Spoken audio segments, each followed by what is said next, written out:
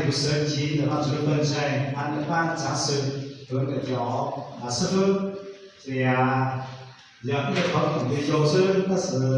没有教我们用做的没有就是他是我们是那样的。是我那次在他们处理帮助到我们那一个师傅要是来这里去对。